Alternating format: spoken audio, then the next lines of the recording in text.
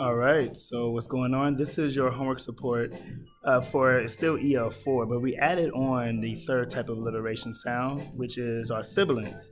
As you see here, sibilants are used to show that something or a line in a poem could be dangerous, evil, or maybe soothing. Those sounds are your s, sh, k, ch, j, and h. So those sounds are what you really want to focus on. So now we know we have three. So we have our sibilants, our plosives, and our liquids. When you're thinking about these, and we're going to go through the do now so you can actually see what that looks like. I'm sorry, not do, I'll see a few. So today, this is what we did. And these were a few lines from some poems that students have read over the course of the last 2 weeks, okay? So that first one, A, the cypress strong, you hear that sound? So we know it's a sibilant because you got cypress strong and they're right next to each other or they're in the same line. So they're not too far apart, so keep that in mind. Cypress strong, a lot of people when we're soothing, but this right here is dangerous. And what I want you to think about when we think about the word dangerous is the negative and the positive forms of this word. Dangerous can also be a positive feeling in terms of like having confidence that is so strong that when you walk into a room, people are intimidated by you. People are afraid to approach you because you know yourself so much. And that can be dangerous for some people. And so there's that dangerous, but there's also the literal sense of dangerous, meaning when you hear it, you sense danger. So, sucking the slime, like stuff like that, and you know it's bad, that's your literal dangerous. So think about dangerous in both ways. Rodney's poetry share for B, do you know who you are? We know that is not using any at all. There's no alliteration used in this line.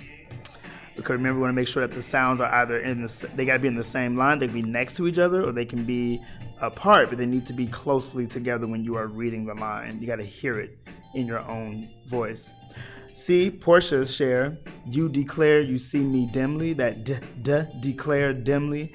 Taking those two out, we definitely know that is a plosive. It's using the d sound. All right. So it's showing that is harsh. To see someone, to say that I see you dimly, and dimly being this imagery of I see you fading away, I don't even notice you because you're not bright enough. That is a harsh thing to say to someone. So that declare dimly is a plosive sound to show harsh. Same line as you noticed. China's share, I hold my head high, proudly proclaiming. So we have that H sound, which is a sibilant. Hold my head high. We know that is also falling under a dangerous sound because it's this idea of confidence and feeling so proud and assured of myself that can make other people feel a little off and a little afraid to feel like they're on your level.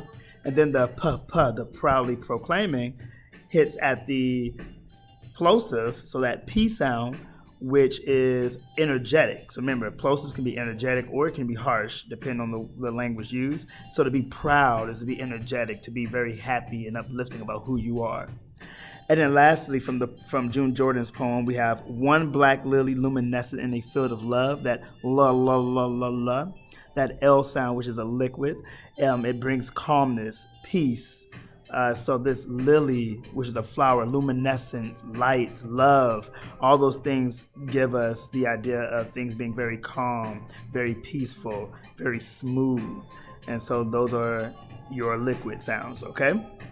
So if you happen to do the homework for practice, that's what you're doing. The same way that we did yesterday, so make sure you look at the video prior to this for EL4.